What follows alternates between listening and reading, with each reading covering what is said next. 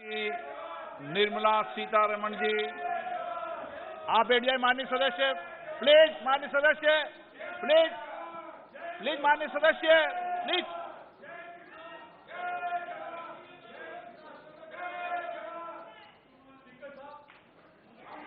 धन्यवाद जी। ऑनरेबल आपको बोलने का मौका दूंगा बजट के बाद, माननीय वित्त मंत्री जी। Honourable speaker, I present the budget for the year 2021-2022.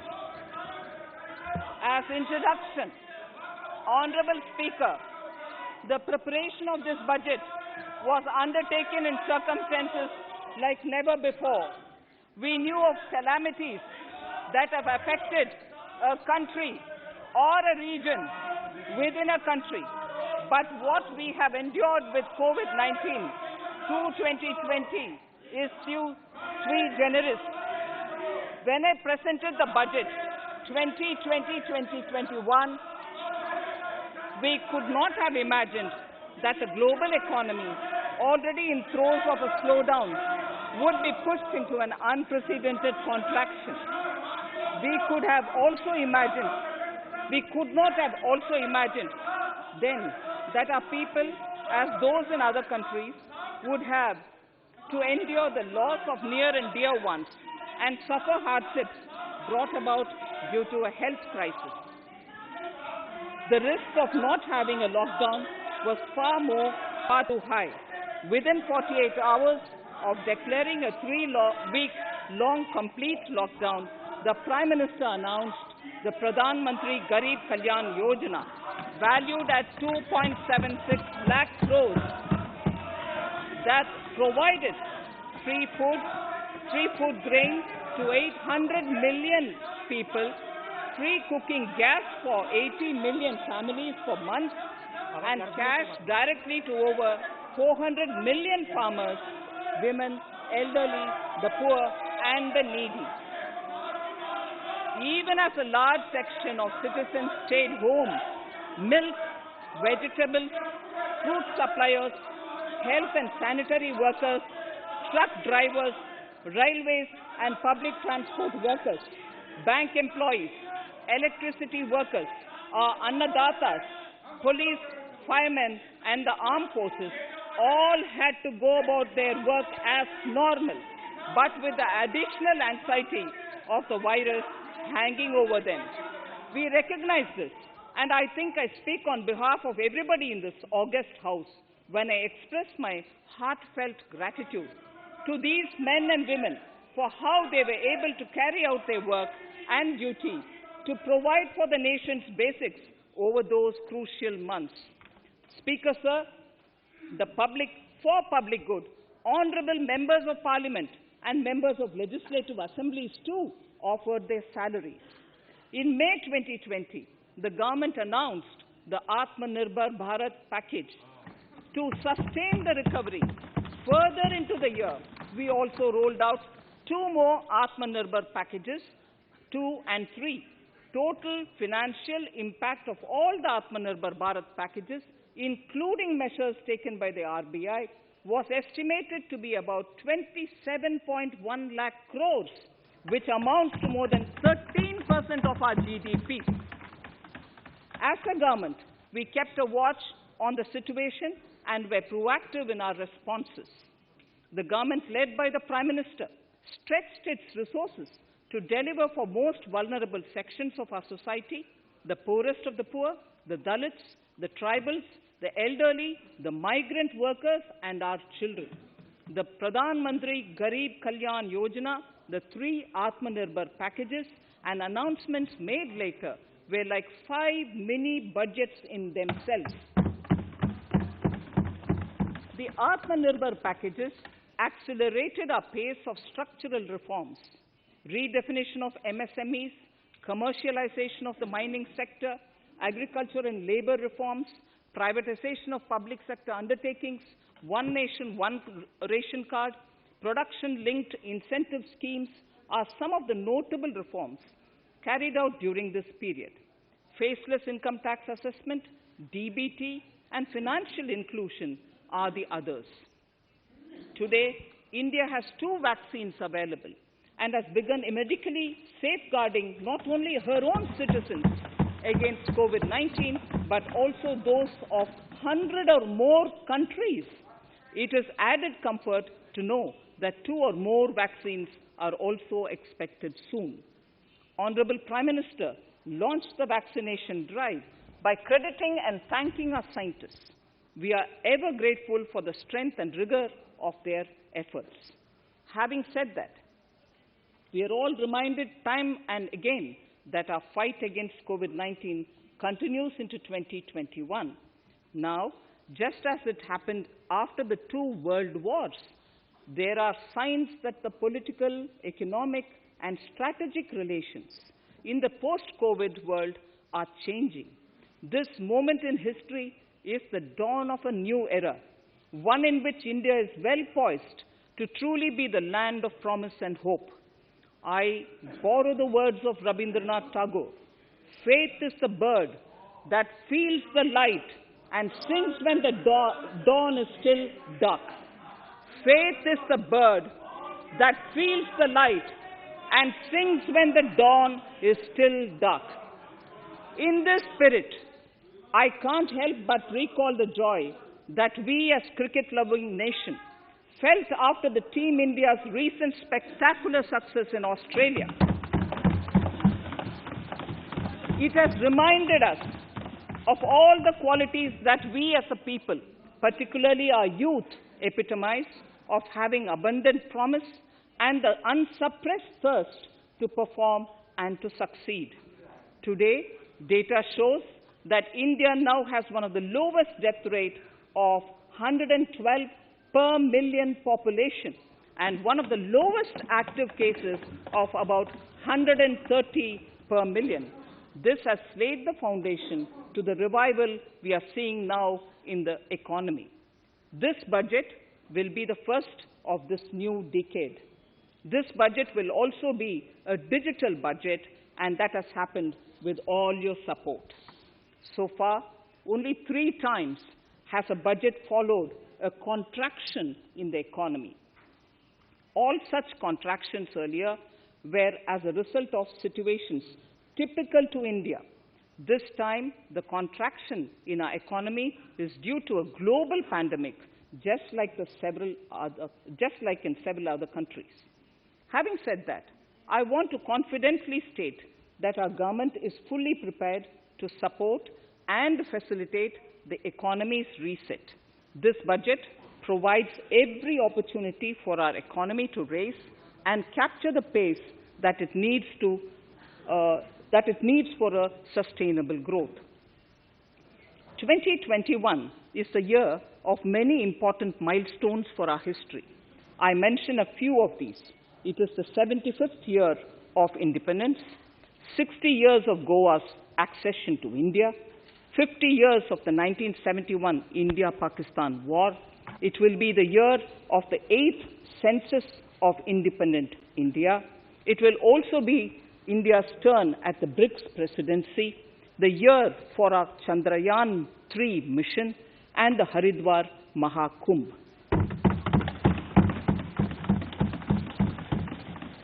Honorable Speaker, before I commence Part A of the budget, I want to take a moment to acknowledge how isolating and distancing seemed like insurmountable challenges for a country like ours that has people coming together in times of crisis. It hurts us in many ways. It hurt us in many ways. I bow my head in respect to every citizen for the endurance shown in facing what was an undeniably a tough year for all our physical and mental well-being. Part A. In Part A, I wish to lay a vision for Atmanirbhar Bharat. Atmanirbhar Bharat or Atmanirbharta is not a new idea. Ancient India was largely self-reliant and equally a business epicenter of the world. Atmanirbhar Bharat is an expression of the 130 crore Indians who have full confidence in their capabilities and skills. We are already part of international groupings such as the G20 and the BRICS, the Coalition for Disaster Resilient Infrastructure, and the International Solar Alliance are realities today due to India's efforts.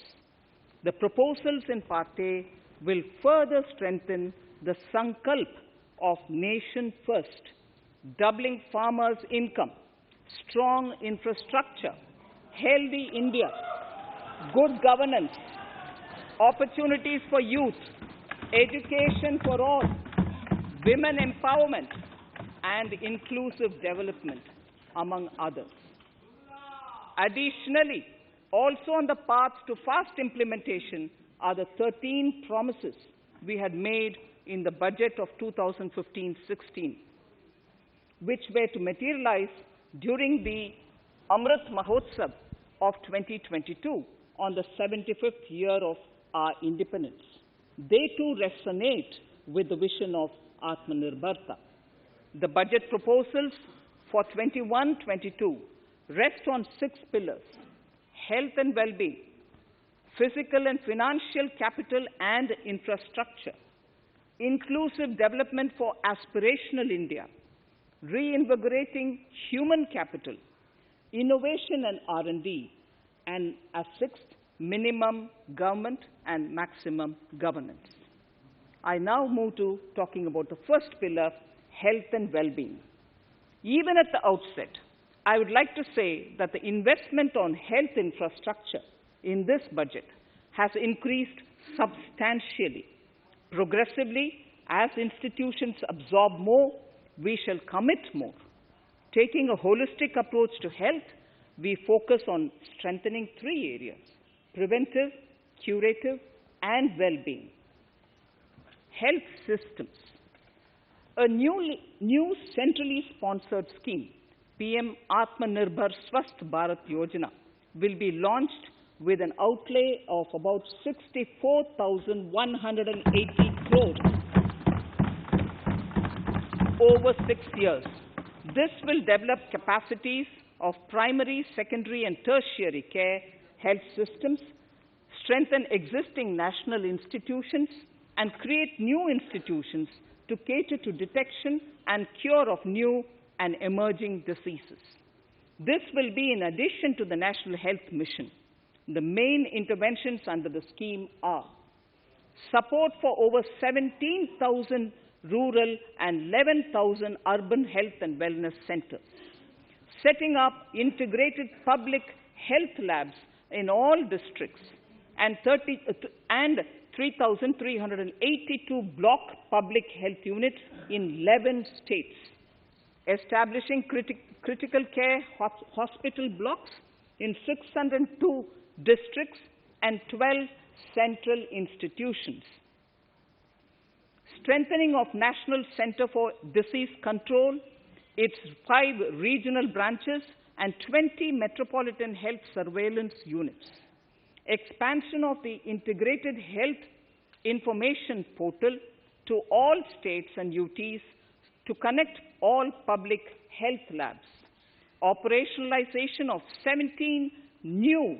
public health units, and strengthening of 33 existing public health units at points of entry, that is, at 32 airports, 11 seaports, and 7 land crossings, setting up of 15 health emergency operations centers and 2 mobile hospitals, and setting up of a National Institution for One Health, a regional research platform for WHO, World Health Organization, Southeast Asia Region Office, 9 biosafety level 3 laboratories, and 4 regional national institutes for virology. Nutrition. To strengthen nutritional content, delivery, outreach, and outcome, we will merge the Supplementary Nutrition Program and the Poshan Abhiyan and launch the Mission Poshan 2.0. We shall adopt an intensified strategy to improve nutritional outcomes across 112 aspirational districts. Universal coverage of water supply.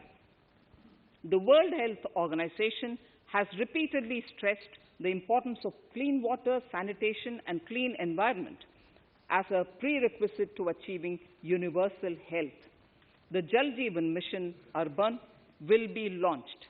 It aims at universal water supply in all 4,378 urban local bodies with 2.86 crores household tap connections, as well as liquid waste management in 500 Amrit cities.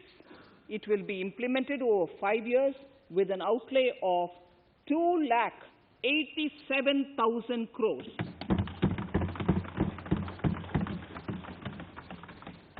Swachh Bharat and Swasth Bharat. For further Swachhata of urban India, we intend to focus on complete fecal sludge management and wastewater treatment, source segregation of garbage, reduction in single-use plastic, reduction in air pollution by effectively managing waste from construction and demolition activities, and bioremediation of all legacy dump sites. The Urban Swachh Bharat Mission 2.0 will be implemented with a total financial allocation of 1,41,678 crores over a period of 5 years from 2021. Clean air. To tackle the burgeoning problem of air pollution, I propose to provide an amount of 2,217 crores of rupees for 42 urban centers with a million-plus population in this budget. Scrapping policy. We are separately announcing, Honorable Speaker, a voluntary vehicle scrapping policy to phase out old and unfit vehicles. This will help in encouraging fuel-efficient, environment-friendly vehicles, thereby reducing vehicular pollution and oil import bills. Vehicles would undergo fitness tests in automated fitness centers after 20 years in case of personal vehicles and after 15 years in case of commercial vehicles. Details of the scheme will be separately shared by the ministry. Vaccines. The pneumococcal vaccine, a made-in-India product, is presently limited to only 5 states. It will be rolled out across the country. This will avert more than 50,000 child deaths annually.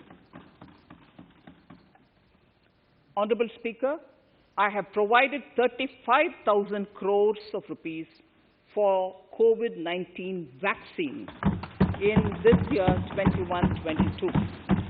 I am committed to provide further funds if required. So the budget outlay for health and well-being is 2,23,846 crores in this BE 21-22, as against the BE of only 94,452 crores, and it marks an increase of 137%. The details of the same are at Annexure 1 of the speech. Honorable Speaker, I now move to the second pillar, physical and financial capital and infrastructure. Atmanirbhar Bharat, production-linked incentive schemes are things which I would like to place an emphasis. For a $5 trillion economy, our manufacturing sector has to grow in double digits on a sustained basis. Our manufacturing companies need to become an integral part of global supply chains, possess core competence, and cutting-edge technology. To achieve all of the above, PLI schemes to create manufacturing global champions for an Atmanirbhar Bharat have been announced for 13 sectors. For this, the government has committed nearly 1.97 lakh crores over 5 years starting this financial year. This initiative will help bring scale and size in key sectors, create and nurture global champions, and provide jobs to our youth. Textiles. To enable the textile industry to become globally competitive, attract large investments, and boost employment generation, a scheme of Mega Investment Textiles Park will be launched in addition to the PLI schemes. This will create world-class infrastructure with plug-and-play facilities to create global champions in exports. 7 textile parks will be established over 3 years. Infrastructure. The National Infrastructure Pipeline, which I announced in December 2019, is the first of its kind. Whole of government exercise ever undertaken by Government of India. The NIP was launched with 6,835 projects. The project pipeline has now expanded to 7,400 projects. Around 217 projects worth rupees 1.10 lakh crores under some key infrastructure ministries have been completed. The NIP is a specific target which this government is committed to achieving over the coming years. It will require major increase in funding from both the government and the financial sector. In this budget, I propose to take concrete steps to do this in 3 ways. Firstly, by creating the institutional structures. Secondly, by a big thrust on monetizing assets. And thirdly, by enhancing the share of capital expenditure in central and state budgets. Infrastructure needs long-term debt financing. A professionally managed development financial institution is necessary to act as a provider, enabler, and catalyst for infrastructure financing. Accordingly, I shall introduce a bill to set up a development financial institution. I have provided a sum of 20,000 crore rupees to capitalize this institution. The ambition is to have a lending portfolio of at least 5 lakh crores for this DFI within 3 years' time. Debt financing of InvITs and rates by foreign portfolio investors will be enabled by making suitable amendments in the relevant legislations. This will further ease access of finance to InvITs and rates, thus augmenting funds for infrastructure and real estate sectors. Asset monetization. Monetizing operating public infrastructure. Monetizing operating public infrastructure assets is a very important financing option for new infrastructure construction. A national monetization pipeline of potential brownfield infrastructure assets will be launched. An asset monetization dashboard will also be created for tracking the progress and to provide visibility to investors. Some important measures in the direction of monetization are National Highways Authority of India and the PGCIL each have sponsored one InvIT that will attract international and institutional investors. 5 operational roads with an estimated enterprise value of 5,000 crores of rupees are being transferred to the NHAI InvIT. Similarly, transmission assets of value 7,000 crores will be transferred to the PGCIL InvIT.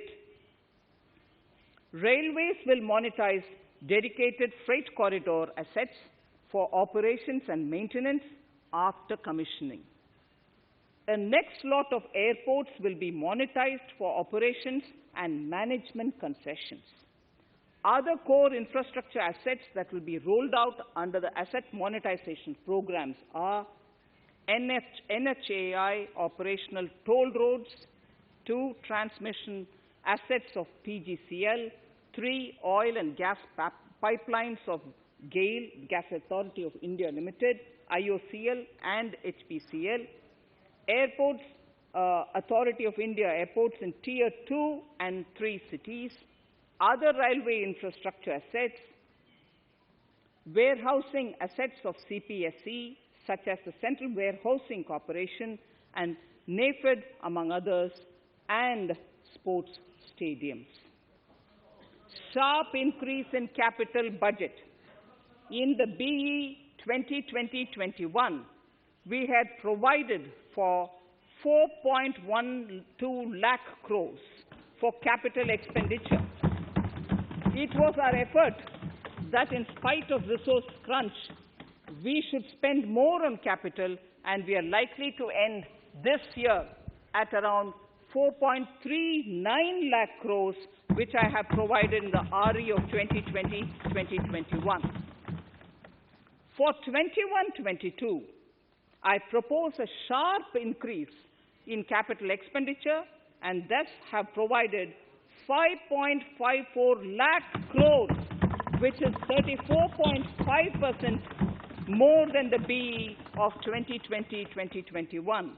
Of this, I have kept a sum of more than 44,000 crores in the budget head of the Department of Economic Affairs to be provided for projects, programs, or departments that show good progress in capital expenditure and are in need of further funds.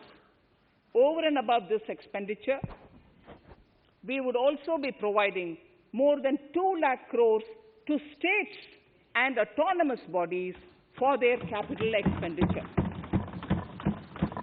We will also work out specific mechanisms to nudge states to spend more of their budget on creation of infrastructure.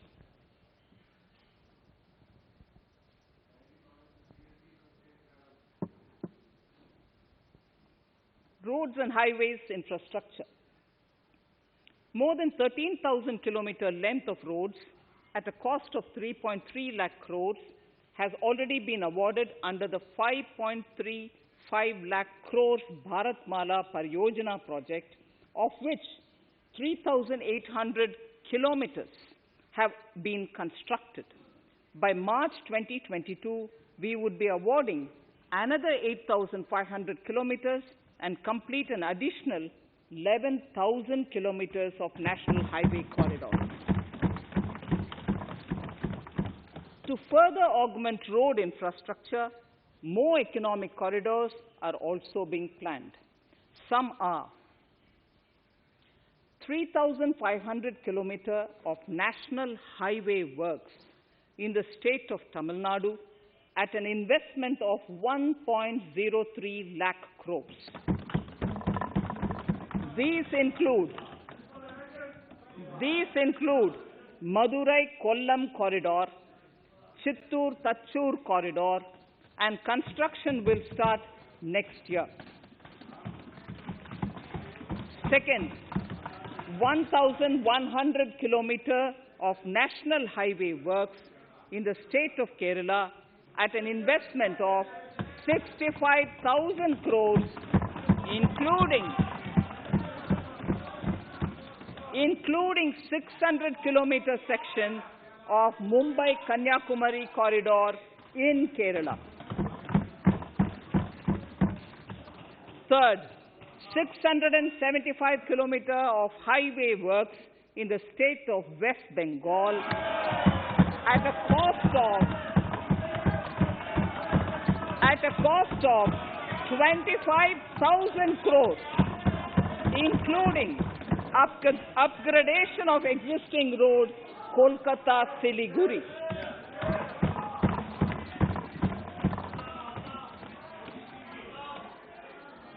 National highway works of around 19,000 crores are currently in progress in the state of Assam.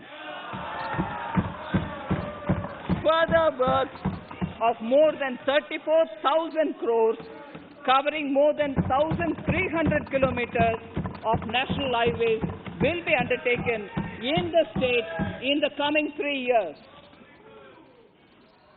Some of the flagship corridors and other important projects that would see considerable activity in 2021-22 are in Annexure 2 to my speech. I am also providing an enhanced outlay of 1,18,101 crores, 1,18,101 crores for Ministry of Road Transport and Highways, of which 1,08,230 crores is for capital, the highest ever provided. Railway infrastructure. Honorable Speaker, sir, Indian Railways have prepared a National Rail Plan for India 2030. The plan is to create a future-ready railway system by 2030. Bringing down the logistic costs for an industry is at the core of our strategy to enable Make in India. It is expected that Western Dedicated Freight Corridor and Eastern Dedicated Freight Corridor will be commissioned by June 2022. The following additional initiatives are also proposed.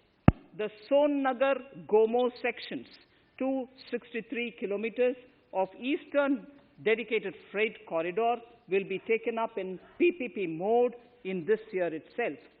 Gomo-Dankuni section of 274.3 kilometers will be also taken up shortly in short succession. We will undertake future dedicated freight corridor projects, namely East Coast Corridor from Kharagpur to Vijayawada, East-West Corridor from Bhusaval to Kharagpur to Dankuni, and North-South Corridor from Itarsi to Vijayawada. Detailed project reports will be undertaken in the first phase. Broad gauge route kilometers, RKM as I referred to, electrified is expected to reach 46,000 kilometers, 46,000 RKM. That is 72% by end of 2021 from 41,548 RKMs on 1st October 2020. 100% electrification of broad gauge routes will be completed by December 2023. For passenger convenience and safety, the following measures are being proposed. We will introduce the aesthetically designed Vista Dome LHB coach on tourist routes to give better travel experience to passengers. The safety measures undertaken in the past few years have borne results. To further strengthen this effort, high-density network and highly utilized network routes of Indian Railways will be provided with an indigenously developed automatic train protection system that eliminates train collision due to human error. I am providing a record sum of 1,10,055 crores for railways, of which 1,07,100 crores is for capital expenditure only. Urban infrastructure. We will work towards raising the share of public transport in urban areas through expansion of metro rail networks and augmentation of city bus services. A new scheme will be launched at a cost of 18,000 crores to support augmentation of public bus transport services. The scheme will facilitate deployment of innovative PPP models to enable private sector players to finance, to acquire, to operate, and to maintain over 20,000 buses. The scheme will boost the automobile sector, provide fillip to economic growth, create employment opportunities for our youth, and enhance ease of mobility for urban residents. A total of 702 kilometers of conventional metro is operational and another 1,016 kilometers of metro and RRTS is under construction in 27 cities. 2 new technologies, that is Metro Light and Metro Neo, will be deployed to provide metro rail systems at much lesser cost with same experience, convenience and safety in Tier 2 cities and peripheral areas of Tier 1 cities also. Central counterpart funding will be provided to Kochi Metro Railway Phase 2 of 11.5 km at a cost of 1,957.05 crores. Chennai Metro Railway Phase 2 of 118.9 kilometers at a cost of 63,246 crores. Bengaluru Metro Railway Project Phase 2A and 2B of 58.19 kilometers at a cost of 14,788 crores. Nagpur Metro Rail Project Phase 2 and Nashik Metro at a cost of 5,976 crores and 2,092 crores respectively. Power infrastructure.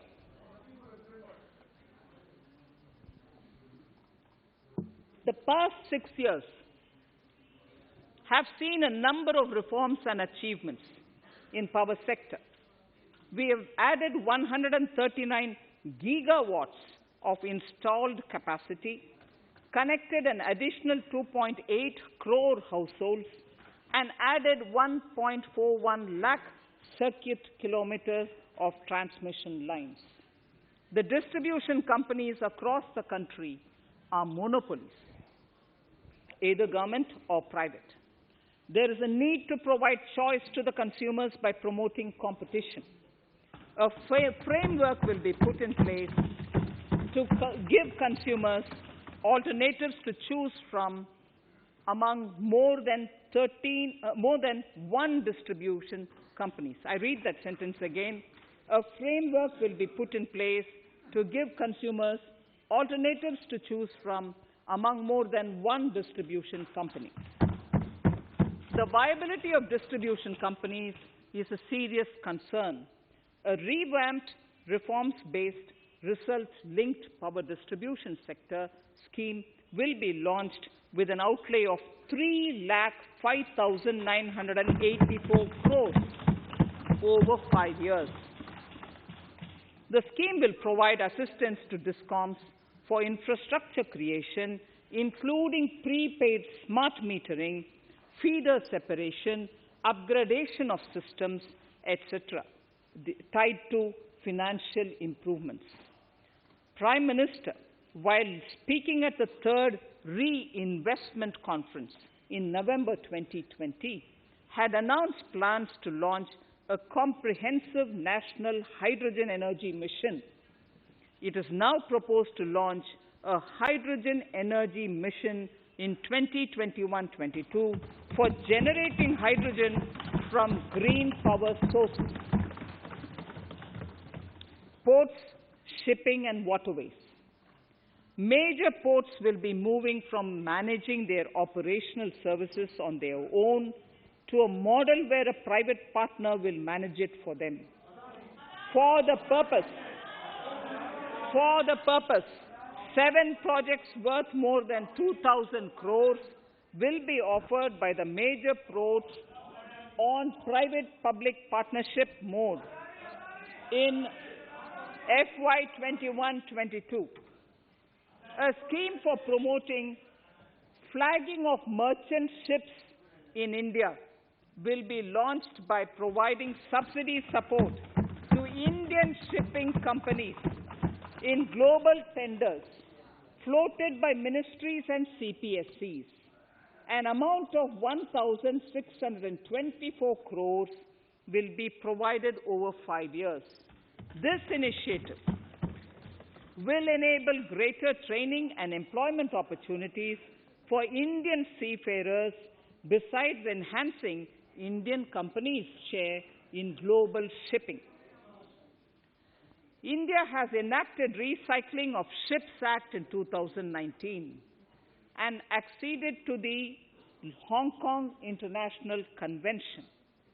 Around 90 ship recycling yards at Alang in Gujarat have already achieved HKC compliant certificates. Efforts will be made to bring more ships to India from Europe and Japan. Recycling capacities of around 4.5 million light displacement ton LDT will be doubled by 2024. This is expected to generate an additional 1.5 lakh jobs for our youth. Petroleum and natural gas. Our government has kept fuel supplies running across the country without interruption during the COVID-19 lockdown period. Taking note of the crucial nature of the sector in people's lives, the following key initiatives are being announced. 1. Ujjwala scheme, which has benefited 8 crore households, will be extended to cover 1 crore more beneficiaries. We will add 100 more districts in next 3 years to the city gas distribution network. A gas pipeline project will be taken up in the Union Territory of Jammu and Kashmir. An independent gas transport system operator will be set up for facilitation and coordination of booking of common carrier capacity in all natural gas pipelines on a non-discriminatory open access basis. Financial capital. I propose to consolidate the provisions of the SEBI Act 1992, Depositories Act 1996, Securities Contracts Regulation Act 1956, and Government Securities Act 2007 into a rationalized single securities markets code.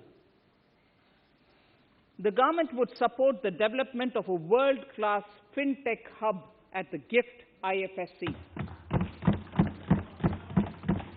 To instill confidence amongst the participants in corporate bond market during times of stress and to generally enhance secondary market liquidity, it is proposed to create a permanent institutional framework. The proposed body would purchase investment-grade debt securities both in the stressed and normal times and help in the development of the bond market. In the budget 2018-19, government had announced its intent to establish a system of regulated gold exchanges in the country.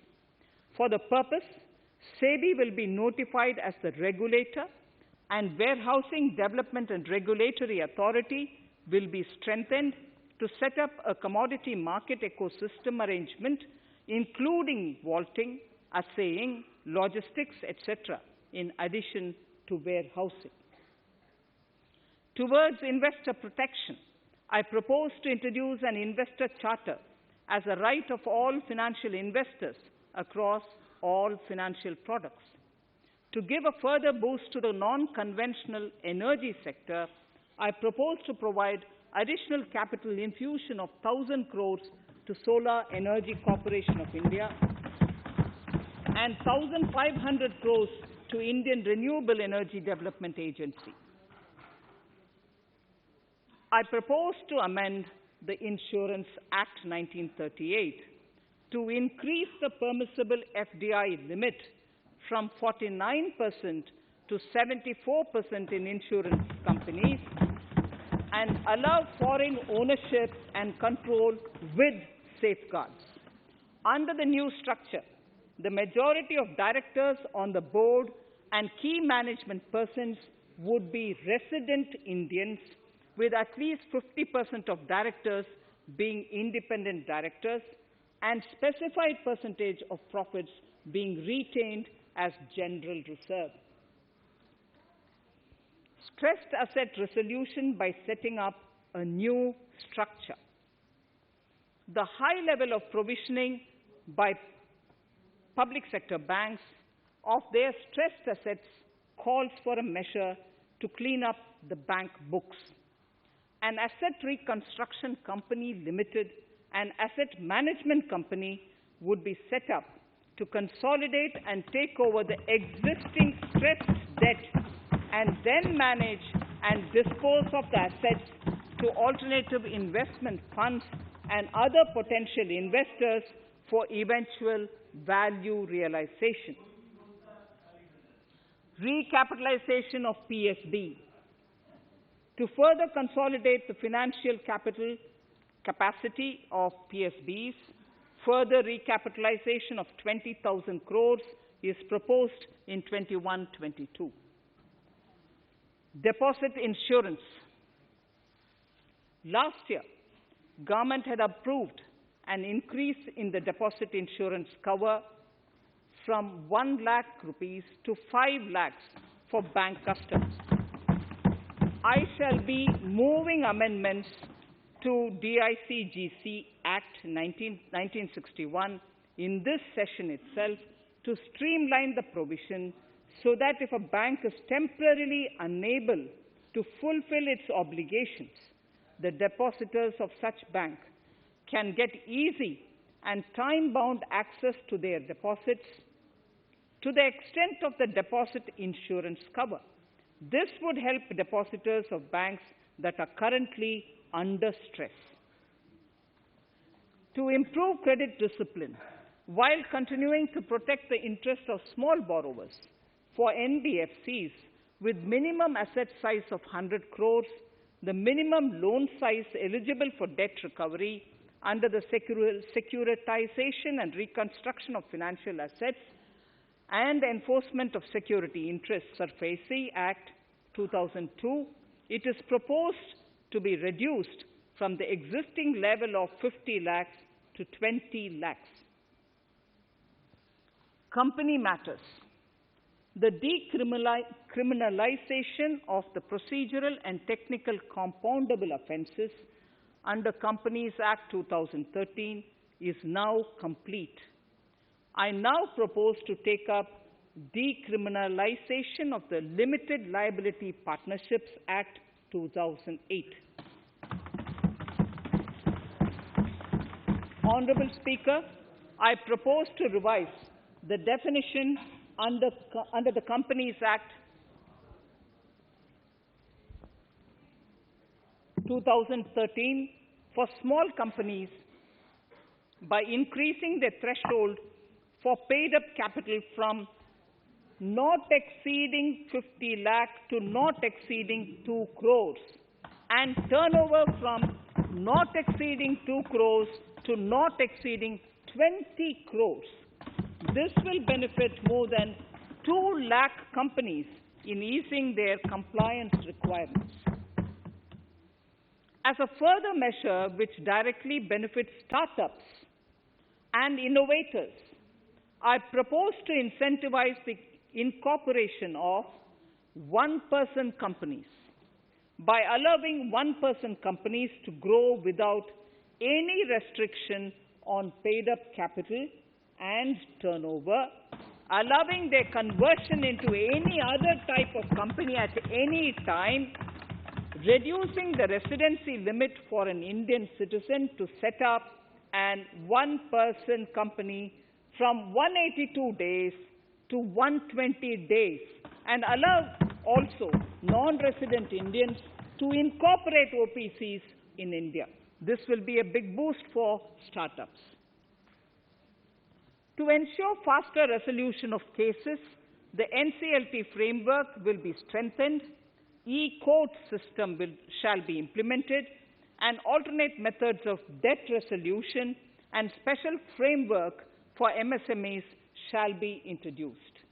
During the coming fiscal, we will be launching data analytics, artificial intelligence, machine learning driven MCA 2.1 version to MCA 21 version 3.0. MCA 21 version 3.0.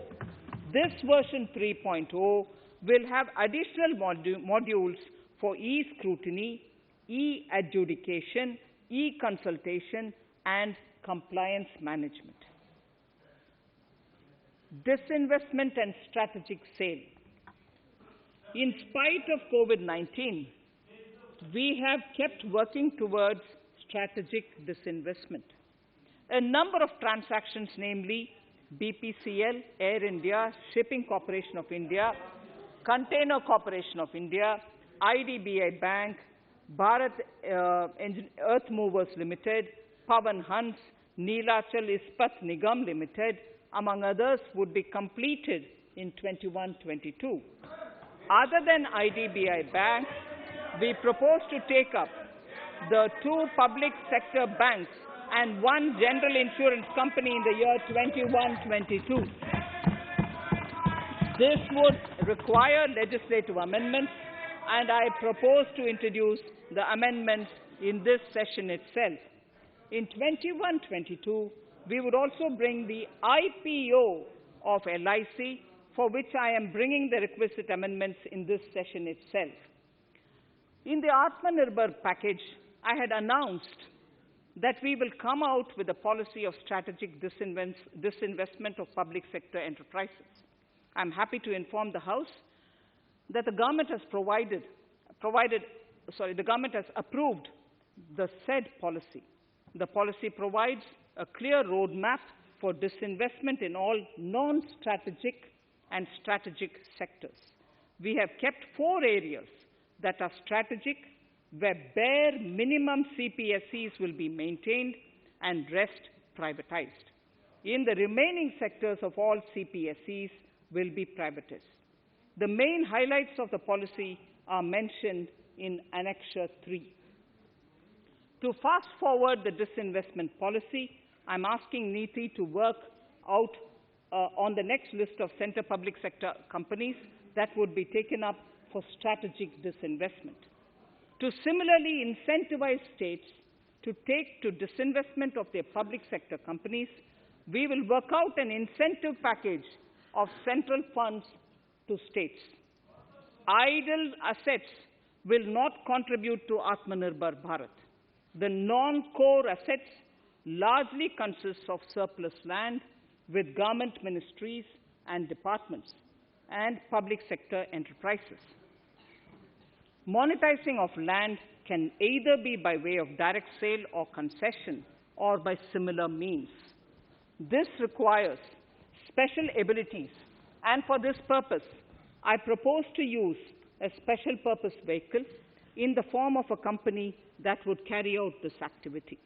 In order to ensure timely completion of closure of sick or loss-making CPSEs, we will introduce a revised mechanism that will ensure timely closure of such units. I have estimated 1,75,000 crores as receipts from disinvestment in BE 21-22.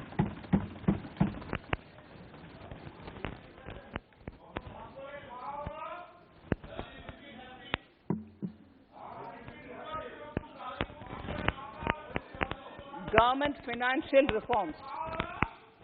Under the Treasury Single Account, the TSA system, autonomous bodies directly draw funds from the government's account at the time of actual expenditure, saving interest costs. We will extend the TSA system for universal application from 21-22. On the recommendation of the 15th Finance Commission, we have undertaken a detailed exercise to rationalize and bring down the number of centrally sponsored schemes. This will enable consolidation of outlays for better impact. The government is committed to the development of multi-state cooperatives and will provide all support to them.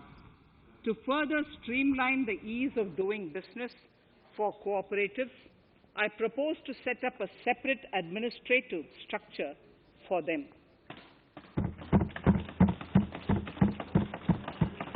So the third pillar of Atmanirbhar Bharat, inclusive development for aspirational India. Honorable Speaker, sir, under this pillar, I will cover agriculture and allied sectors, farmers' welfare and rural India, migrant workers and labor, and financial inclusion. Agriculture. Our government is committed to the welfare of farmers. The MSP regime has undergone a sea change to assure price that is at least 1.5 times the cost of production across all commodities.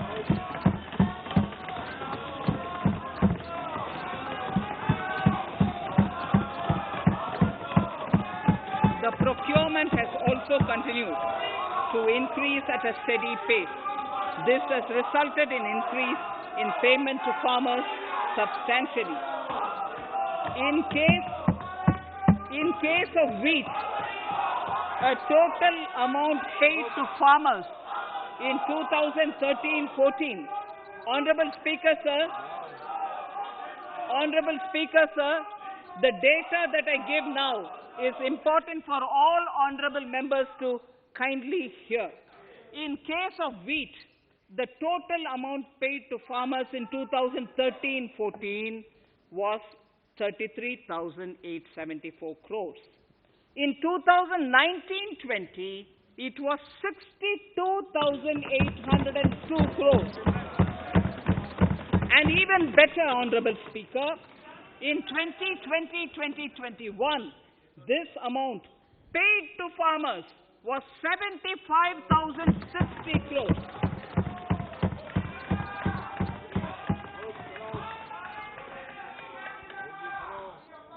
Honorable Speaker, again an important fact, the number of wheat-growing farmers that were benefited increased in 2020-21 to 43.36 lakhs compared to 35.57 lakhs in 2019-20.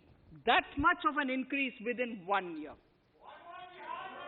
For paddy, again, an important data. For paddy, the amount paid in 2013-14 was 63,928 crores.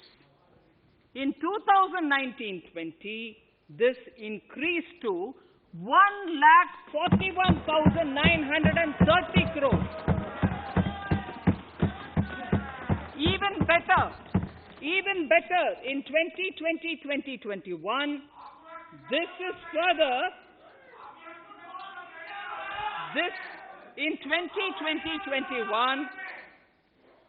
in 2020-21, this is further estimated, and I'm saying this is further estimated because the procurement is ongoing, and therefore I can't give you the final figure. This is further estimated to increase to 1,72,752 crores. The number of farmers benefited increased from 1.24 crores in 2019-20 to 1.54 crores in 2020-21. In the same way, Honorable Speaker, sir, in the case of pulses, the amount paid in 2013-14 was 236 crores. In 2019-20, this was increased to 8,285 crores. Now in 2021, it is at 10,530 crores. More than 40 times increase from 2013-14. The receipts to cotton farmers have seen a stupendous increase from 90 crores in 2013-14 to 25,974 crores I'm giving you data as of 27th January 2021. This is bound to increase. From 90 crores for cotton farmers in 2013-14 to 25,974 crores in 2021. All the details in complete narration is available in Annexure 4 to my speech. Early this year, Honorable Prime Minister had launched the Swamitwa scheme. Under this, a record of rights is being given to property owners in villages. Up till now, about 1.80 lakh property owners in 1,241 villages have been provided cards. I propose during 21-22 to extend this to cover all states and union territories.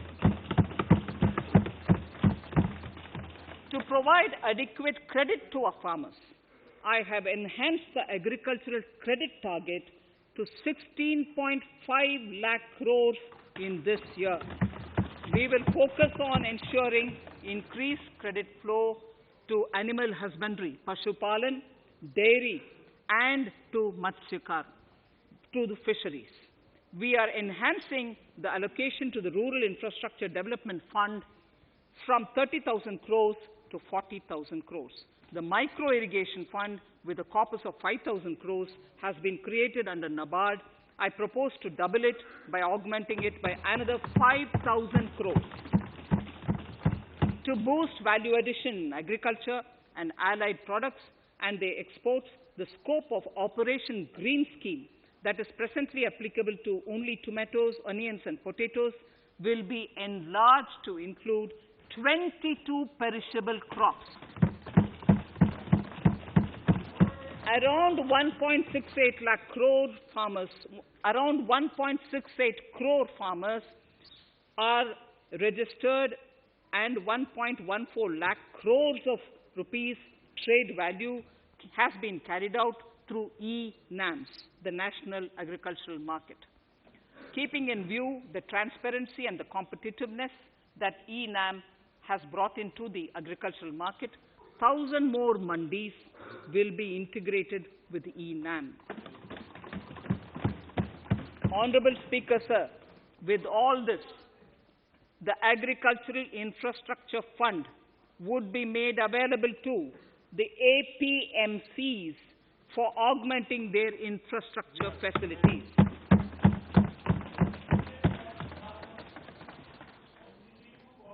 Fisheries. I'm proposing substantial investments in the development of modern fishing harbors and fish landing centers. To start with, 5 major fishing harbors, Kochi, Chennai, Visakhapatnam, Paradip, and Petua Ghat, will be developed as hubs for economic activity. We will also develop inland fishing harbors and fish landing centers along the banks of rivers and waterways. Seaweed farming is an emerging sector with potential to transform the lives of coastal communities. It will provide large-scale employment and additional incomes. To promote seaweed farming and cultivation, I propose a multi-purpose seaweed park to be established in Tamil Nadu. Migrant workers and laborers. We have launched the One Nation, One Ration Card scheme, through which beneficiaries can claim their rations anywhere in the country. Migrant workers in particular benefit from the scheme. Those staying away from their families can partially claim their ration where they are stationed, while their family in their native places can claim the rest. I'm happy to inform you that One Nation, One Ration Card plan is under implementation by 32 states and union territories, reaching about 69 crore beneficiaries. That's a total of 86% beneficiaries covered. The remaining 4 states and UTs will be integrated in the next few months. To further extend our efforts towards the unorganized labor force, migrant workers in particular, I propose to launch a portal that will collect relevant information on gig workers, building and construction workers, among others. This will help formulate health, housing, skill, insurance credit, and food schemes for all migrant workers. We will conclude a process that began 20 years ago with the implementation of the 4 labor codes.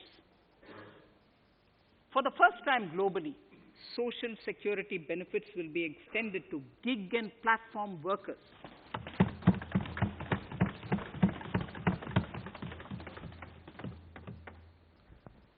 Minimum wages will apply to all categories of workers, and they will all be covered by the Employees State Insurance Corporation.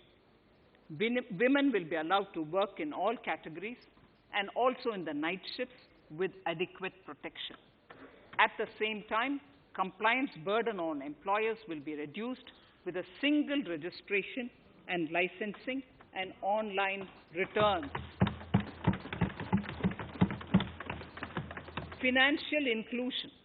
To further facilitate credit flow under the scheme of Stand Up India for the scheduled castes and scheduled tribes and also women, I propose to reduce the margin money requirement from 25% to 15% only, and to also include loans for activities in allied sectors in allied activities in agriculture. We have taken a number of steps to support the MSME sector.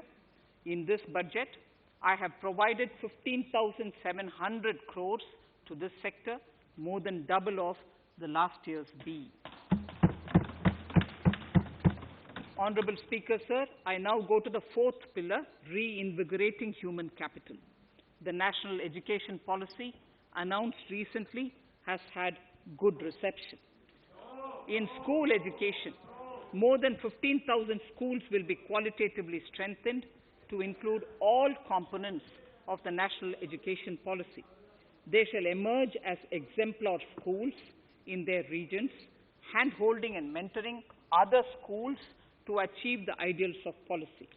100 new Sainik schools will be set up in partnership with NGOs, private schools, and states. Higher education. In Budget 2019-20, I had mentioned about the setting up of a higher education commission in India. We would be introducing the legislation this year to implement the same. It will be an umbrella body having 4 separate vehicles for standard setting, accreditation, regulation, and funding. Many of our cities have various institutions, universities, and colleges supported by the Government of India. Hyderabad, for example, has about 40 major institutions. In 9 such cities, we will create a formal umbrella structure so that these institutions can have better synergy while also retaining their internal autonomy. A glue grant will be set aside for this purpose. For accessible higher education in Ladakh, I propose to set up a central university in Leh.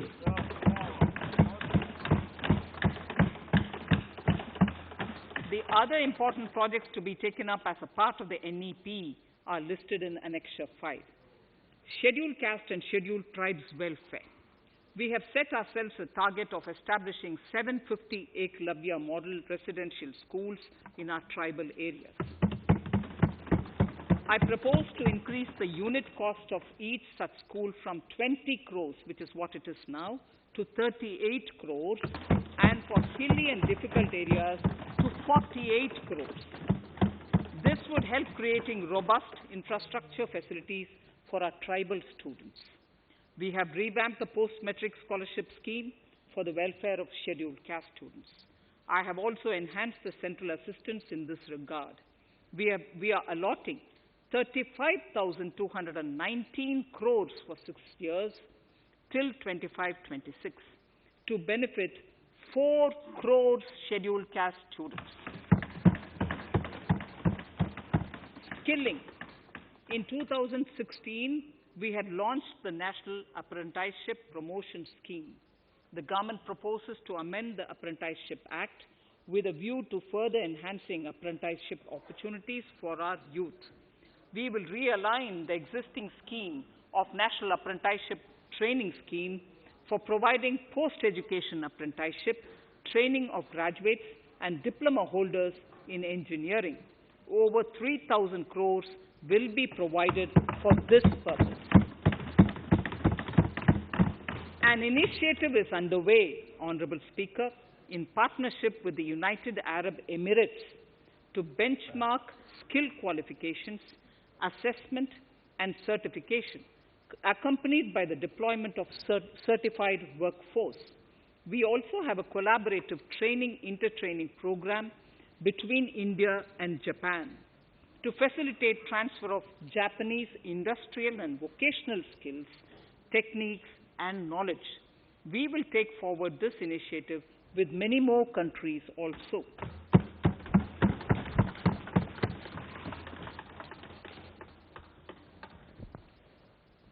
Innovation and R&D. In my budget speech of 2019, I had announced the National Research Foundation. We have now worked out the modalities, and the NRF outlay will be of 50,000 crores over 5 years. It will ensure that the overall research ecosystem in the country is strengthened with focus on identified national priority thrust areas. There has been a manifold increase in digital payments in the recent past. To give a further boost to digital transactions, I earmarked 1,500 crores for a proposed scheme that will provide financial incentive to promote digital mode of payment. We will undertake a new initiative, National Language Translation Mission. This will enable the wealth of governance and policy-related knowledge on the Internet being made available in major Indian languages.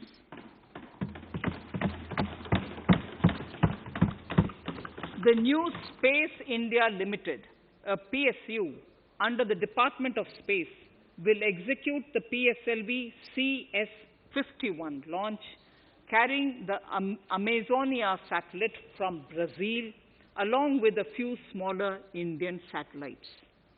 As part of the Gaganyaan mission activities, 4 Indian astronauts are being trained on generic spaceflight aspects in Russia. The first unmanned launch is slated for December 2021. Our oceans are a storehouse of living and non-living resources. To better understand this realm, we will launch a deep ocean mission with a budget outlay of more than 4,000 crores over 5 years. This mission will cover deep ocean survey exploration and projects for the conservation of deep sea biodiversity. I come to the 6th pillar, Honorable Speaker, minimum government, maximum governance. Honorable Speaker, sir, this is the last of the 6 pillars. This will outline plans for reforms in one of our core principles of minimum government, maximum governance. We have taken a number of steps to bring reforms in tribunals in the last few years for speedy delivery of justice. Continuing with the reforms process, I now propose to take further measures to rationalize the functioning of tribunals.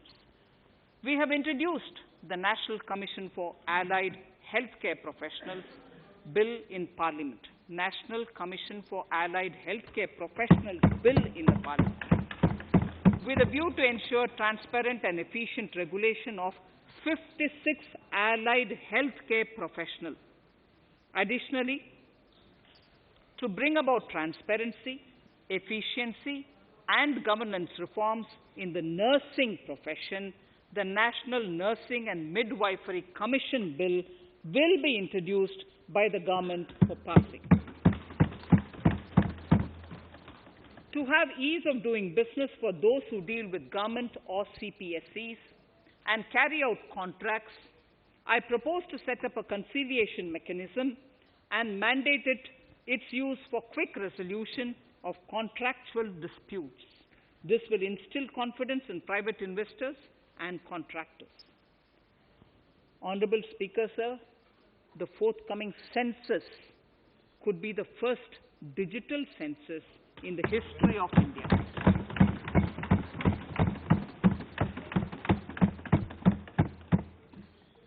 For this monumental milestone-marking task, I have allocated 3,768 crores in this year, 21-22.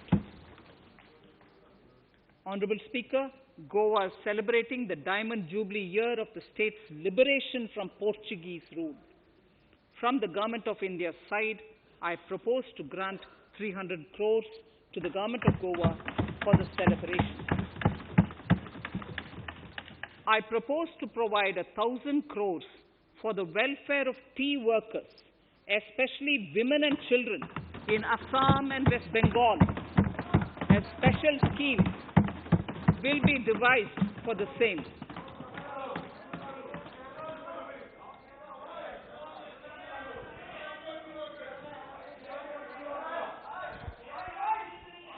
Fiscal position. Fiscal position. In these last few paragraphs of part A of my speech, I draw the attention of this august House to the fact that at the beginning of the current financial year, the pandemic's impact on the economy resulted in a weak revenue inflow. This was combined with high expenditure to provide essential relief to vulnerable sections of the society, especially the poor, the women, scheduled castes, and scheduled tribes. Unlike many other countries, we opted for a series of medium-sized packages during the pandemic so that we could calibrate and target our response according to the evolving situation. Once the health situation stabilized and the lockdown was being slowly lifted, we switched to ramping up government spending so as to revive domestic demand. As a result, against an original BE expenditure of 30.42 lakh crores for 2020-21, our RE estimates are 34.50 lakhs. 30.42 now within the year going up to 34.5 lakh crores. We have maintained quality of expenditure. The capital expenditure estimated in the RE is 4.39 lakh crores as against 4.12 lakh crores in the BE stage. So the beginning of the year, we had marked only 4.12 lakh, whereas it is 4.39 lakh crores as we end the year. Fiscal deficit in RE 2020-2021 is pegged at 9.5% of the GDP. Fiscal deficit in RE 2020-2021 is pegged at 9.5% of GDP. We have funded this through government borrowings, multilateral borrowings, small saving funds, and short-term borrowings. We would need another 80,000 crores, for which we would be approaching the market in these 2 months. We would be needing another 80,000 crores, for which we would be approaching the markets in these 2 months. To ensure that the economy is given the required push, our BE estimates for expenditure in 21-22 are 34.83 lakh crores. This includes 5.54 lakh crores as capital expenditure, an increase of 34.5% over the BE figure of 2020-2021. The fiscal deficit in BE 21-22 is estimated to be 6.8% of the GDP. The gross borrowing from the market for the next year would be around 12 lakh crores. We plan to continue with our path of fiscal consolidation and intend to reach the fiscal deficit level below 4.5% of the GDP by 2025-2026, with a fairly steady decline over the period.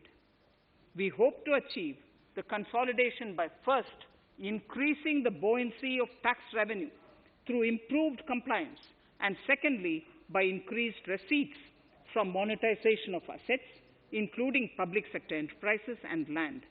The Contingency Fund of India is being proposed to be augmented. The Contingency Fund of India is being proposed to be augmented from 500 crores to 30,000 crores through finance bill. In accordance with the views of the 15th Finance Commission, we are allowing a normal ceiling of net borrowing for the states at 4% of GSDP for the year 21-22. A portion of this ceiling will be earmarked to be spent on incremental capital expenditure. Additional borrowing ceiling of 0.5% of the GSDP will also be provided, subject to conditions.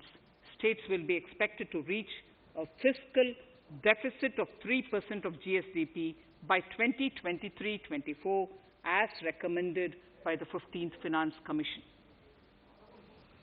In the July 2019-20 budget, I introduced the Statement 27 on extra budgetary resources. It disclosed the borrowings of the government agencies that went towards funding Government of India schemes and whose repayment burden was on the government.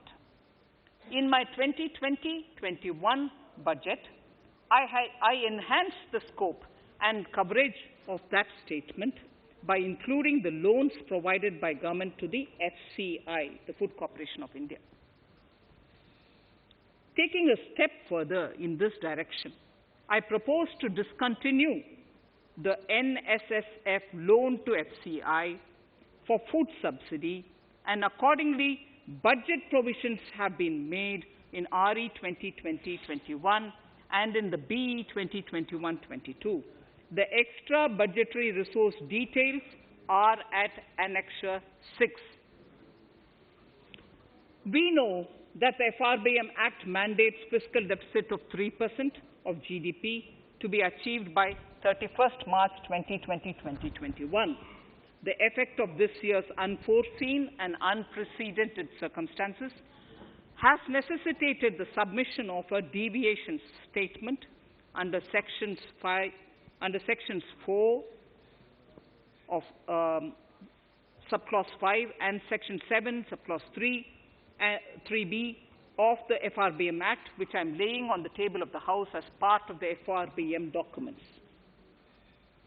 Towards achieving central government fiscal deficit along the broad path that I have already indicated, I will be introducing an amendment to the Frbm Act. Honourable Speaker, on the 9th of December 2020, the 15th Finance Commission submitted its final report covering the period 2021 to 2026 to the Rashtrapati Ji. The government has laid the Commission's report along with the explanatory memorandum in the Parliament, retaining the vertical shares of the states at 41%. We recognize our commitment to fiscal federalism and propose, therefore, to adhere to this recommendation. Jammu and Kashmir in the 14th Finance Commission was entitled to get devolution being a state. Now the funds of the UTs of Jammu Kashmir and Ladakh would be provided by the centre.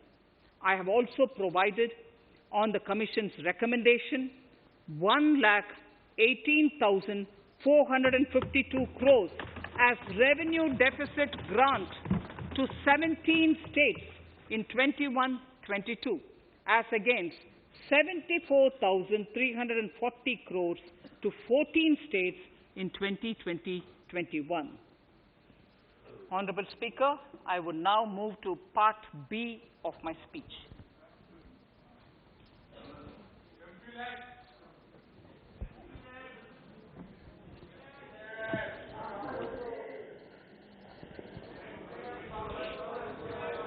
Honorable Speaker, the world is facing a serious challenge of the pandemic and its aftershock. In these trying times, when many economies are struggling to revive, our people and our industry have exhibited remarkable resilience. As I mentioned already, post-pandemic, a new world order seems to be emerging, one in which Asia is poised to occupy a prominent position, and India will have a leading role therein. In this scenario, our tax system has to be transparent, efficient, and should promote investments and employment in our country. At the same time, it should put minimum burden on our taxpayers. I borrow the words of Thiruvalluvar, the saint. ஏற்றலும் ஈட்டலும் காத்தலும் காத்த வகுத்தலும் நல்ல வல்லதரசு. A king or a ruler is the one who creates and acquires wealth, protects and distributes it for common good. Tirukkural. Direct tax proposals. Keeping this in mind, the words of Tirukkural, our government introduced a series of reforms in the direct tax system for the benefit of our taxpayers and economy. Few months prior to the pandemic, in order to attract investments, we slashed our corporate tax rate to make it among the lowest in the world. The dividend distribution tax too was abolished. The burden of taxation on small taxpayers was eased by increasing rebates. In 2020, the return filers saw a dramatic increase to 6.48 crores from 3.31 crores in 2014. In the direct tax administration, we had recently introduced the faceless assessment and faceless appeal. I now seek to take further steps to simplify the tax administration, ease compliance, and reduce litigation. Relief to senior citizens. I begin my direct tax proposals by offering my pranam to our senior citizens. Many of them, despite having foregone several basic necessities of their own, have strived to build our nation. Now in the 75th year of independence of our country, when we continue our endeavor with renewed vigor, we shall reduce compliance burden on our senior citizens who are 75 years of age and above. For senior citizens who only have pension and interest income, I propose exemption from filing their income tax returns.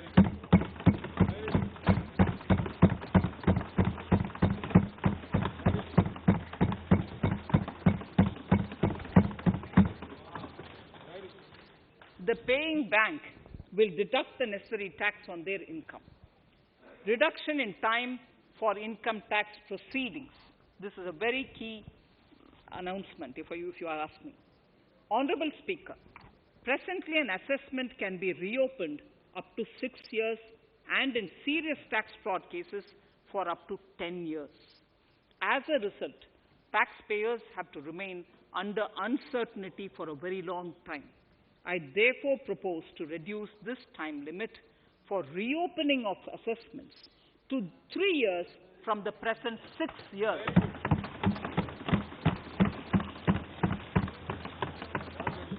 In serious tax evasion cases too, only where there is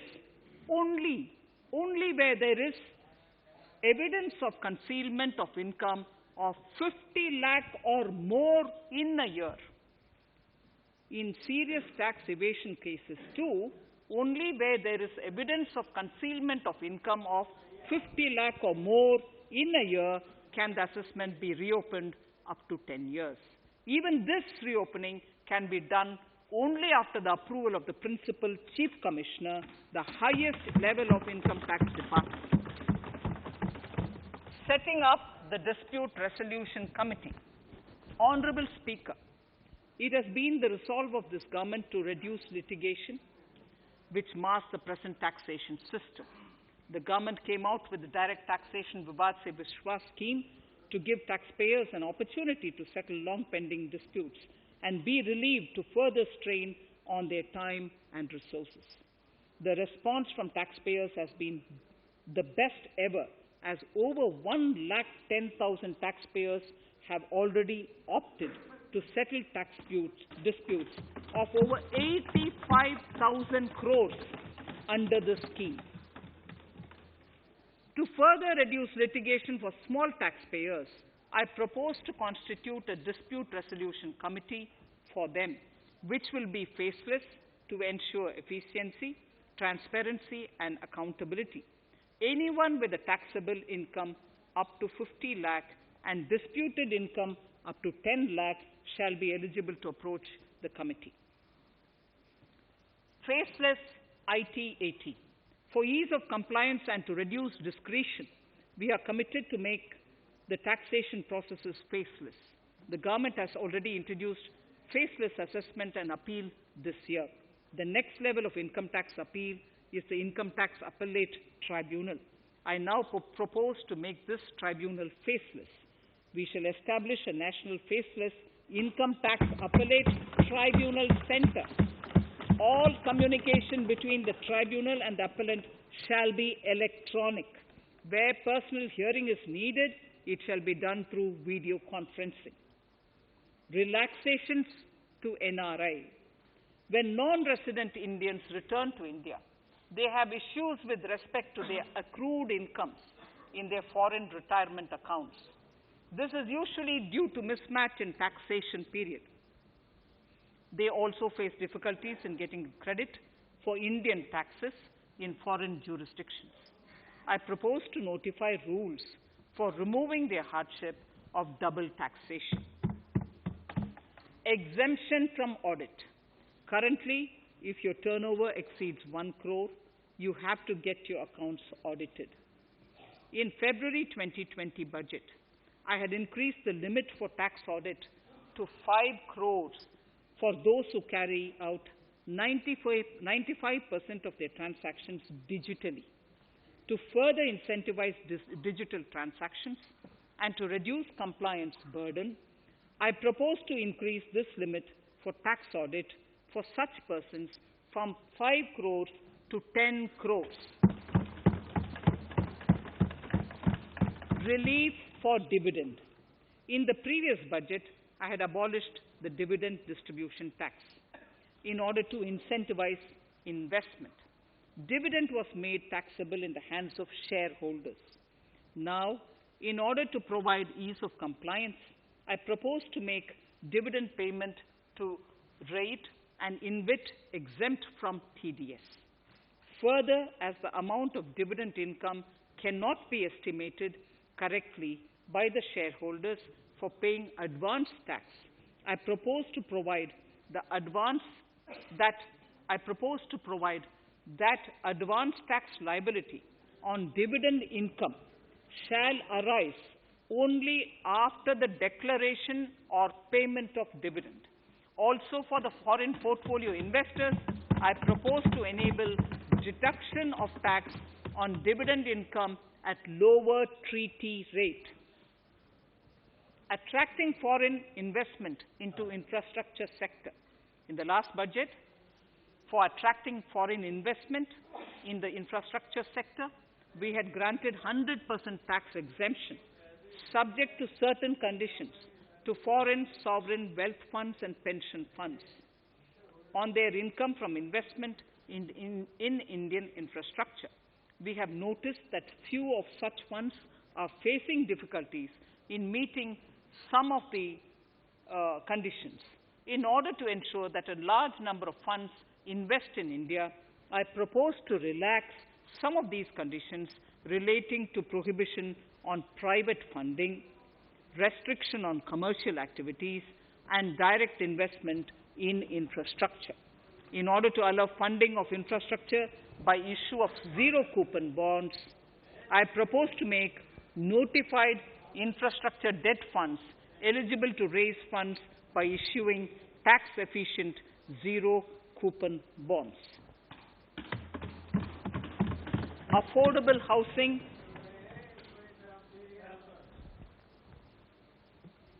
Affordable housing and rental housing. This government sees housing for all and affordable housing as priority areas. In July 2019 budget, I provided an additional deduction of interest amounting to 1.5 lakh for loan taken to purchase an affordable house. I propose to extend the eligibility of this condition by 1 more year to 31st March 2022.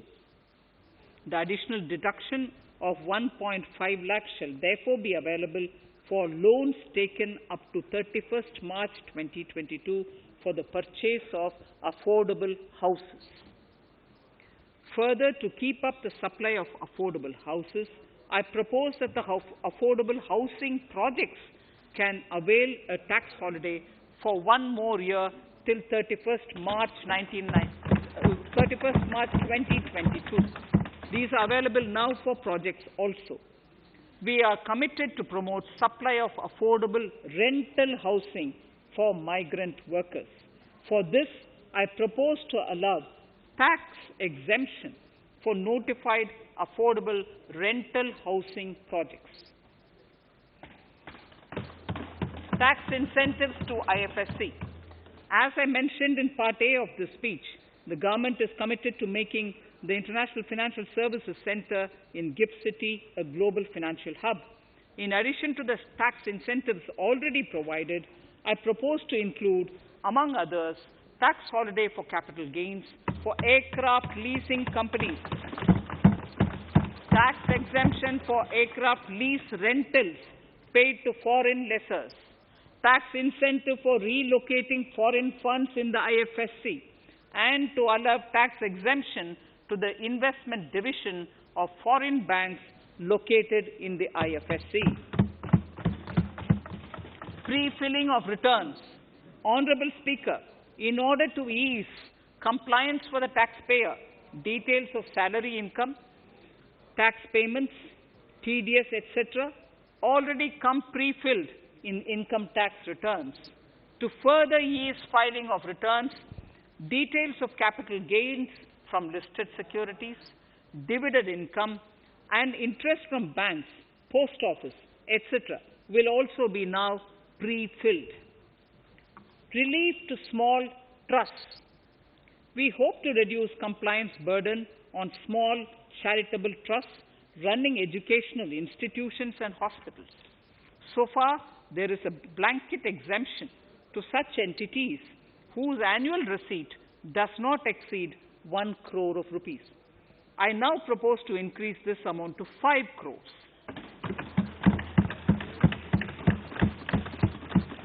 Labour welfare. We have noticed that some employers deduct the contribution of employees toward provident funds, superannuation funds, and other social security funds, but do not deposit these contributions within the specified time. For these employees, this means a loss of interest or income. In cases where an employer later becomes financially unviable, non-deposit results in a permanent loss for the employees. In order to ensure that employees' contributions are deposited on time, I reiterate that the late deposit of employees' contribution by the employer will not be allowed as deduction to the employer.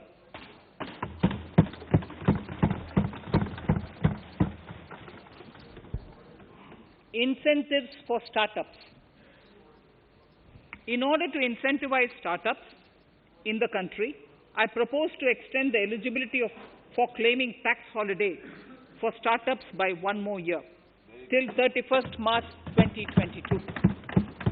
Further, in order to incentivize funding for the startups, I propose to extend the capital gains exemption for investment in startups by 1 more year, till 31st March 2022.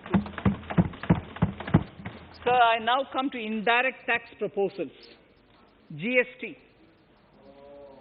Before I come to my indirect tax proposals, I would like to appraise the House on GST. The GST is now 4 years old, and we have taken several measures to further simplify it.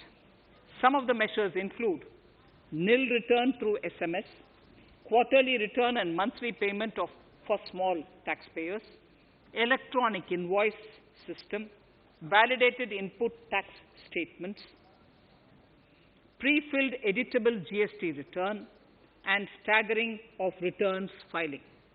The capacity of GST and system has also been enhanced. We have also deployed deep analytics and artificial intelligence to identify tax evaders and fake billers and launched special drives against them. The results speak for themselves. We have made record collections in the last few months. The GST Council has painstakingly thrashed out thorny issues. As chairperson to the Council, I want to assure this House that we shall take every possible measure to smoothen the GST further and to remove anomalies such as inverted duty structure. Custom duty rationalization. Our custom duty policy should have the twin objective of promoting domestic manufacturing and helping India get on to global value chain and export better. The thrust now has to be on easy access to raw materials and exports of value-added products. Towards this, last year, we started overhauling the customs duty structure, eliminating 80 outdated exemptions. I also thank everyone who responded overwhelmingly to a crowdsourcing call for suggestions on this revamp. I now propose to review more than 400 old exemptions this year. I repeat, I now propose to review more than 400 old exemptions this year. We will conduct this through extensive consultations, and from 1st October 2021, we will put in place a revised customs duty structure free of distortions. I also propose that any new customs duty exemptions, therefore, henceforth will have validity up to 31st March, following 2 years from the date of the issue. Electronic and mobile phone industry. Domestic electronic manufacturing has grown rapidly. We are now exporting items like mobiles and chargers. For greater domestic value addition, we are withdrawing a few exemptions on part of chargers and sub-parts of mobiles. Further, some parts of mobiles will move from nil rate to a moderate 2.5%. Iron and steel. MSMEs and other user industries have been severely hit by a recent sharp rise in iron and steel prices. Therefore, we are reducing customs duty uniformly to 7.5% on semis, flats, and long products of non-alloy, alloy, and stainless steels. To provide relief to metal recyclers, mostly MSMEs, I am exempting duty on steel scrap for a period up to 31st March 2022. Further, I am also revoking ADD and CVD on certain steel products. Also, to provide relief to copper recyclers, I am reducing duty on copper scrap from 5% to 2.5%. Textiles. The textile sector generates employment and contributes significantly to the economy. There is a need to rationalize duties on raw material inputs to man-made textiles. We are now bringing nylon chain on par with polyester and other man-made fibers. We are uniformly reducing the BCD rates on caprolactam, nylon chips, nylon fiber, and yarn to 5%.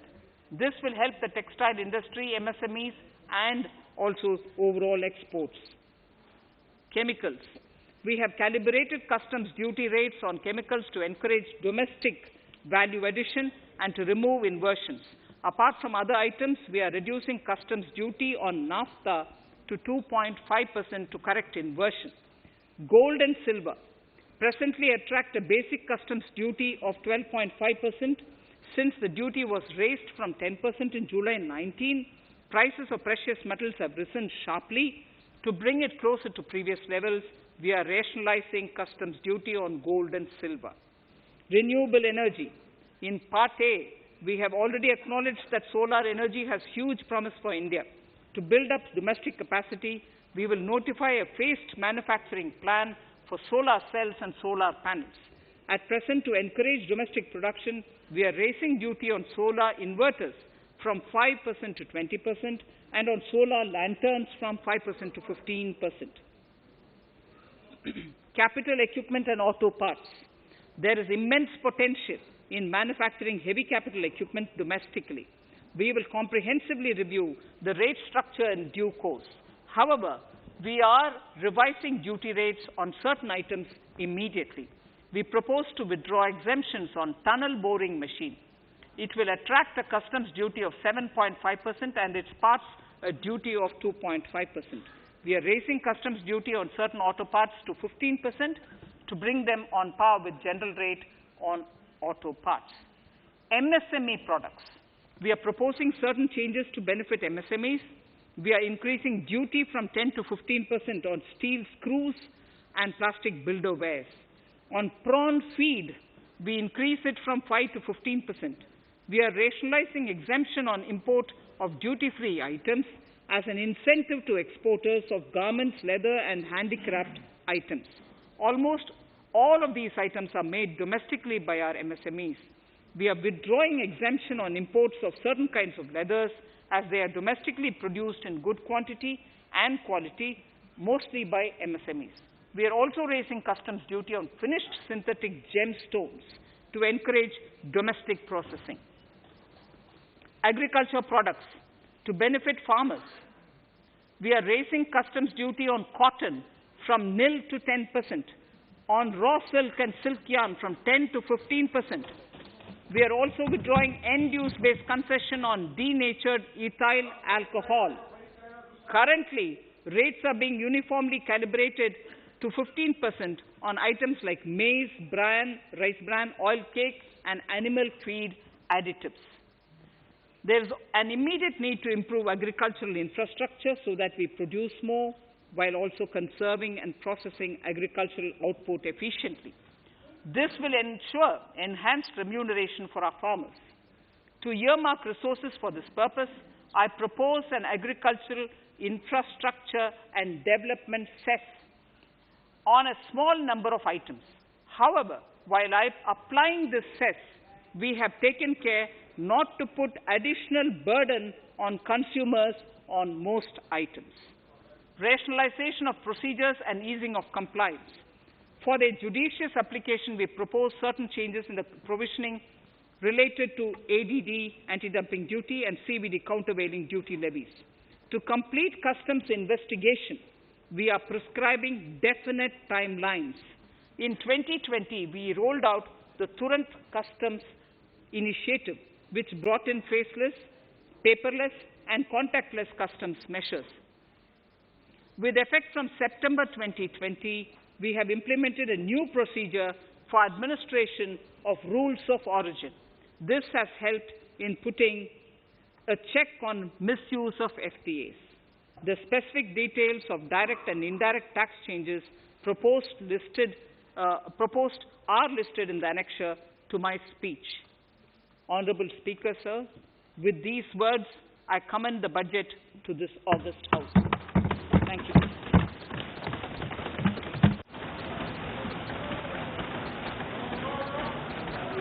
Item number 1. Mani Mantri ji, item number 1. Sorry, I don't have it with me. Sir, I wish to place on table the 15th Finance Commission report.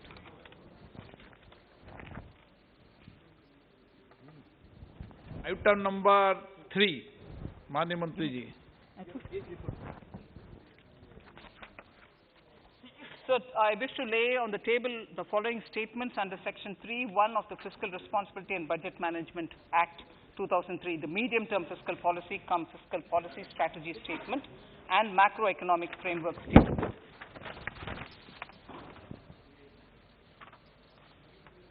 Item number 4. So I wish to seek your permission to move for leave to introduce the Finance Bill 2021. प्रश्न ये कि विधेयक को पुनर्स्थापित करने की अनुमति प्रदान की जाए। जो सदस्य इसके पक्ष में हाँ कहें, जो सदस्य इसके विरोध में ना कहें। मेरे विचार में निर्णय हाँ वालों के पक्ष में हुआ, हाँ वालों के पक्ष हुआ। माननीय मंत्री जी विधेयक को पुनर्स्थापित करें। Shri Prahlad Joshi ji. With your permission, I rise to present the 18th report of Business Advisory Committee. माननीय सदस्यगण, माननीय वित्त मंत्री जी के बजट भाषण की प्रतियां प्रकाशक फलक पर उपलब्ध है। सदस्य अपनी प्रति प्रकाशन फलक से प्राप्त कर सकते हैं। माननीय सदस्यगण, जैसा कि आपको समाचार 2 के माध्यम से पहले सूचित किया जा चुका है कि बजट की प्रतियां आपको मेंबर्स पोर्टल के माध्यम से उपलब्ध कराई जा रही है। सभा की कार्रवाई मंगलवार दिनांक 2 फरवरी 2021 को दोपहर 4 बजे तक के लिए स्थगित की जाती है।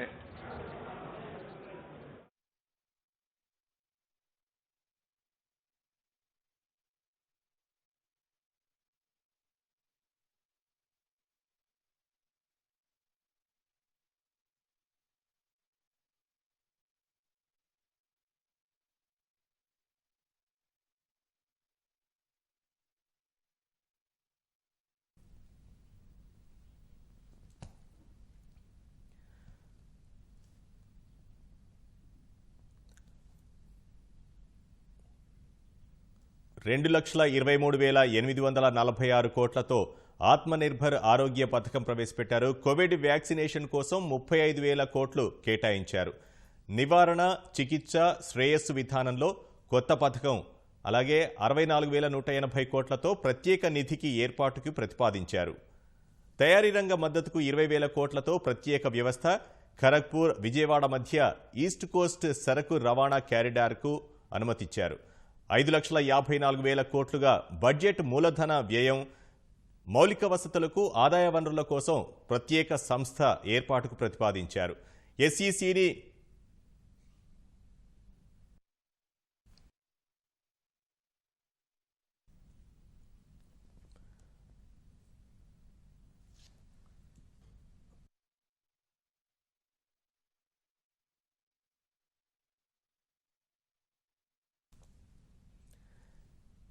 కోవిడ్ దెబ్బకు కుదేలైన ఆర్థిక వ్యవస్థకు నిర్మలా సీతారామన్ టీకా ఇచ్చారు. 5 లక్షల కోట్ల డాలర్ల ఆర్థిక వ్యవస్థ లక్ష్యం అందుకోవాలంటే 2 అంకెల వృద్ధి తప్పనిసరని గుర్తు చేసిన నిర్మల అందుకనుగుణంగా మరిన్ని చర్యలు చేపట్టారు. తొలిసారి డిజిటల్ పద్ధతిలో బడ్జెట్ ప్రవేశపెట్టిన నిర్మల సమ్మిళిత వృద్ధి లక్ష్యంగా చిట్టాపద్దు సమర్పించారు. ఆరోగ్య రంగానికి 2,23,000 కోట్లకు పైగా పద్దులో చేర్చిన నిర్మలా సీతారామన్ 64,180 కోట్ల రూపాయల ప్రత్యేక నిధితో ఆత్మనిర్భర్ స్వస్థ్ యోజన అనే కొత్త పథకాన్ని ప్రకటించారు. మౌలిక సదుపాయాల ప్రాజెక్టులకు పెద్దపీట వేసిన ఆర్థిక మంత్రి ఆర్థిక వ్యవస్థను తిరిగి పట్టాలెక్కించేలా పెట్టుబడుల ఉపసంహరణను మరింత వేగవంతం చేశారు. ఇన్సూరెన్స్ల ఎఫ్డీఐల పరిమితి 74% పెంపుతో పాటు ఎల్ఐసిని ప్రైవేట్ దిశగా అడుగులు వేయించారు. అసెంబ్లీ ఎన్నికలు జరగనున్న అసోం, కేరళ, బంగాల్ రాష్ట్రాల దిశగా జాతీయ రహదారులకు మహర్దశ పట్టించారు. జల్ జీవన్ మిషన్ కింద సురక్షితమైన తాగునీటి కోసం 87,000 కోట్లు ప్రతిపాదించారు. పేదల కోసం ఎల్పీజీ ఉజ్వల్ యోజన కింద 1 కోటి మందికి గ్యాస్ సిలిండర్లు అందించనున్నారు. 20 ఏళ్లు పైబడిన సొంత వాహనాలు, 15 ఏళ్లు దాటిన వాణిజ్య వాహనాలకు స్క్రాప్ పాలసీ ప్రకటించారు. 75 ఏళ్లు పైబడిన సీనియర్ సిటిజన్లకు పింఛన్, వడ్డీ ఆదాయం ఆధారంగా ఐటీ నుంచి మినహాయింపు కల్పించారు. ప్రధానమంత్రి ఆవాస్ యోజన పథకాన్ని మరో ఏడాది పొడిగిస్తున్నట్లు ప్రకటించారు.